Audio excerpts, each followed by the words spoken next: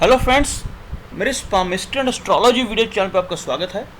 आज इस वीडियो में आपको बताने जा रहा हूँ कोर्ट केस के कुछ योग और कोर्ट केस में विजयी होने के योग, और साथ ही साथ कुछ ऐसे योग जो व्यक्ति को निर्धन बनाते हैं। तो चलिए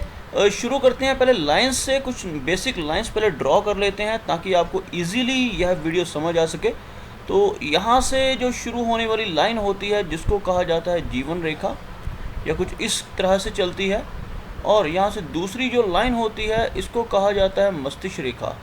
और यहाँ पर जो मेन एक और लाइन होती है इसको कहा जाता है हार्ट लाइन। तो चलिए देखते हैं मुकदमे से संबंधित कौन से ऐसे योग होते हैं। एक तो किसी भी तरह का ऑफशूट जो लाइफ लाइन से निकल रहा हो, जैसे यहाँ से अगर कोई ऑफशूट ऊपर की तरफ निकल रहा है, इसको कोई लाइन काटती हुई रेखा शुक्र माउंट से या मंगल से कोई लाइन ऐसे काटती हुई इसको निकल जाए और आगे तक पहुंच जाए, तो यह एक तरह से कोर्ट केस का योग बन जाता है। व्यक्ति किसी न किसी वजह से किसी कोर्ट केस में फंस जाता है।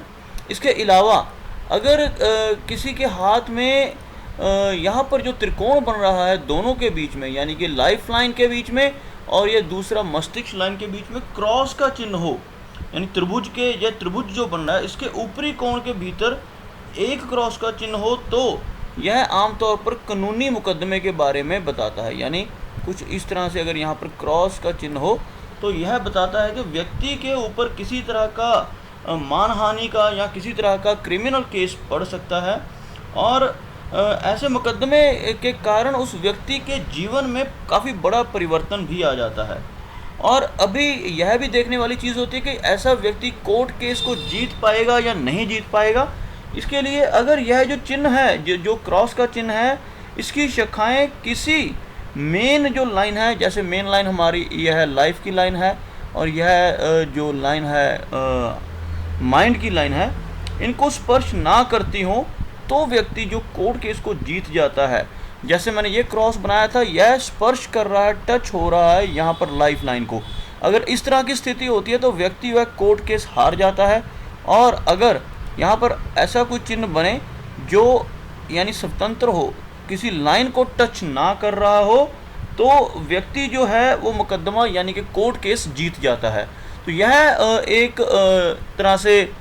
इंडिकेशन थी कोर्ट केस की और कोर्ट केस में जीतने की। अब बात करते हैं कुछ ऐसे योगों के जिसके कारण व्यक्ति निर्धन हो जाता है, गरीब हो जाता है। चलिए आगे चलते हैं। यदि हथेली में सारे जो मेन माउंट्स हैं यानी पर्वत हैं यह वीक हों, दबे हुए हों, और चंद्र पर्वत पर, यानी अभी आपको बताना चाहूँगा, यह जो माउंट हैं, जैसे यह बुध का माउंट है,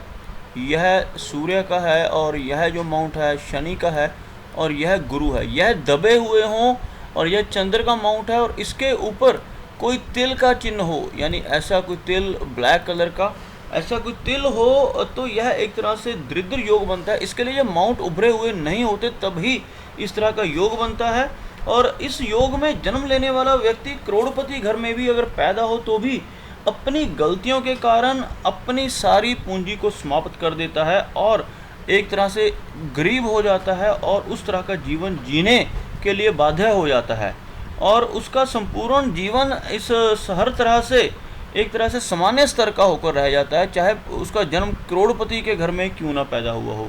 इसके अलावा कुछ और योग भी हैं जो व्यक्ति को कुछ इस तरह की नेगेटिव फल देते हैं। चलिए उनके बारे में जानते हैं। यदि हाथ में जो सूर्य रेखा है और भाग्य रेखा बहुत वीक हो और टूटी फूटी हो,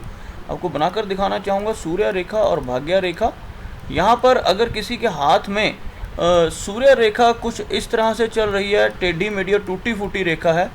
या और भाग्य रेखा जो है यह भी कुछ बहुत ज़्यादा गैप्स के साथ और बहुत ही लाइट सी हो, सीधी होने की बजाय बहुत लाइट हो, तो इस तरह की अगर रेखा होती है तो व्यक्ति काफ़ी गरीब हो जाता है अपनी लाइफ में। और यहाँ यदि भाग्य रेखा जो मोटी हो और हथेली में धसी हुई हो और पहले पोर तक पहुँच जाए मध्यमा उंगली के, यानी आपको बनाकर दिखाता हूँ किस तरह की भाग्य रेखा की बात कर रहा हूँ। कुछ इतनी लंबी रेखा हो जाए भाग्य की और थोड़ी सी चौड़ी रेखा हो, यह चौड़ाई लिए हो, और बहुत पतली सी लाइन होने की बजाय चौड़ाई में हो, और कुछ ऐसे यहाँ तक ऊपर तक पहुँच जाए, और ऐसी रेखा होना भी एक तरह से निर्धनता की निशानी है। उसके बाद यदि शुक्र पर्वत दबा हुआ हो और उस पर ज़रूरत से ज़्यादा बाधक रेखाएं हो, यह शुक्र का एरिया है, यहाँ से लेकर लगभग इतना एरिया जो है यह वीनस का एरिया है, और यह बहुत उभरा हुआ ना हो, दबा हुआ हो, और इसके ऊपर बहुत ज़्यादा ऐसी लाइनें हों जिसको हम वरी लाइन्स या बाधक रेखाएं कहते हैं, तो भी व्यक्ति अपनी लाइफ में निर्धन हो जाता है। चलिए आगे देखते हैं और क्या क्या ऐसी निशानियां हैं। यदि हाथ पर बहुत सारी रेखाएं ऊपर से नीचे की तरफ जा रही हों, ऊपर से नीचे की तरफ जाने वाली रेखाओं की पहचान क्या होती है? जैसे एक लाइन मैं ड्रॉ करता हूँ, अब इसका हम कैसे आइडिया लगाएंगे कि लाइन ऊपर की तरफ जा रही है, नीचे की तरफ जा रही है? तो इसकी पहचान यह होती है, लाइन जिस तरफ से मोटी होती है वह उसकी शुरुआत होती है, और जिस तरफ से पतली होती है वह उसका अंत होता है। तो यानी ऐसी अगर लाइन बन रही है और यहाँ पर पतली है तो लाइन ऊपर से नीचे की तरफ चल रही है। इसी तरह से अगर लाइन नीचे से ऊपर की तरफ आपने देखनी है, कोई भी लाइन नीचे से ऊपर की तरफ जा रही है, तो इसका बेस जो होगा थोड़ा सा मोटा होगा और जो इसका एंडिंग होगी वह पतली होगी। तो यहाँ से हम इस चीज़ का आइडिया लगाते हैं। तो कोई भी लाइन, अगर हथेली में बहुत सारी लाइंस ऊपर से नीचे की तरफ चल रही हैं, वो किसी भी माउंट के ऊपर क्यों ना हो, वह व्यक्ति को निर्धन बनाती हैं।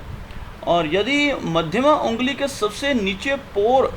के ऊपर एक तारे का चिन्ह हो और भाग्य रेखा साथ में कमज़ोर हो, वैसे तारे का चिन्ह होना इतना नेगेटिव नहीं होता, लेकिन साथ ही साथ अगर भाग्य रेखा भी वीक हो जाए तो यहाँ पर एक तारे का चिन्ह और टूटी फूटी भाग्य रेखा, तो यह व्यक्ति को पूरी तरह से निर्धन बना देती है। कुछ इस तरह की यह इंडिकेशन मानी जाती है।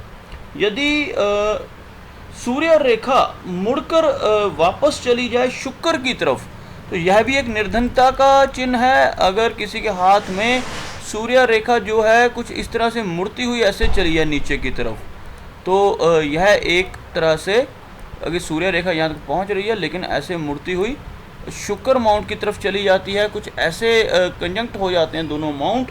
तो भी यह एक निर्धनता का चिन्ह है। और अगर चंद्र माउंट जो कमज़ोर हो और उस पर एक से अधिक क्रॉस के चिन्ह हो, यह हमारा मून का एरिया है, और इसके यह वीक है, दबा हुआ है, यहाँ से अंदर की तरफ मुड़ा हुआ है, बाहर की तरफ बल जो होता है तो उसको हम अच्छा मानते हैं, अंदर की तरफ मुड़ा हुआ है, और इसके ऊपर क्रॉस के चिन्ह हो, यानी एक से ज़्यादा क्रॉस के चिन्ह हो, तो भी यह एक तरह से निर्धनता की निशानी है। 2 या 3 ऐसे चिन्ह इसके ऊपर क्रॉस के आ जाएं तो यह भी बहुत अच्छा नहीं माना जाता। इसके अलावा यदि हाथ की उंगलियां छोटी हों तथा उंगलियों के सिरे वर्गाकार हों, तो और भाग्य रेखा भी हथेली के बाहर की तरफ निकलने की कोशिश करे, यानी अगर कुछ इस तरह का योग बनता हो कि उंगलियों का साइज़ लंबाई लिए हुए ना हो, छोटे छोटे साइज़ की उंगलियां और आगे से चपटी हों थोड़ी सी, यानी कि वर्गाकार बिल्कुल ऐसी तो नहीं दिखाई देंगी लेकिन थोड़ी चपटी चपटी उंगलियां होंगी, तो गुलाई, जैसे यहाँ पर गुलाई है वो गुलाई नहीं रहेगी, उसमें थोड़ा चपटापन आ जाए, तो वह यह एक नेगेटिव चिन्ह है जिससे व्यक्ति निर्धन हो सकता है। तो यह कुछ चिन्ह थे जिनके बारे में मैंने बताया, मुकदमा और मुकदमे में विजयी होने के चिन्ह और निर्धनता के कुछ चिन्ह जिसके बारे में इस वीडियो में हमने डिस्कस किया। तो उम्मीद करता हूँ कि मैंने अपनी तरफ से काफ़ी इजी और क्लियर वे में समझाया, लेकिन फिर भी अगर कोई चीज़ ना पता चली तो आप कमेंट सेक्शन में लिखकर बता सकते हैं। और अगर आपको ये वीडियो अच्छा लगा तो इसे लाइक करें, शेयर करें, और साथ ही साथ मेरा ये चैनल भी सब्सक्राइब करें। मेरा वीडियो वॉच करने के लिए आपका बहुत बहुत धन्यवाद।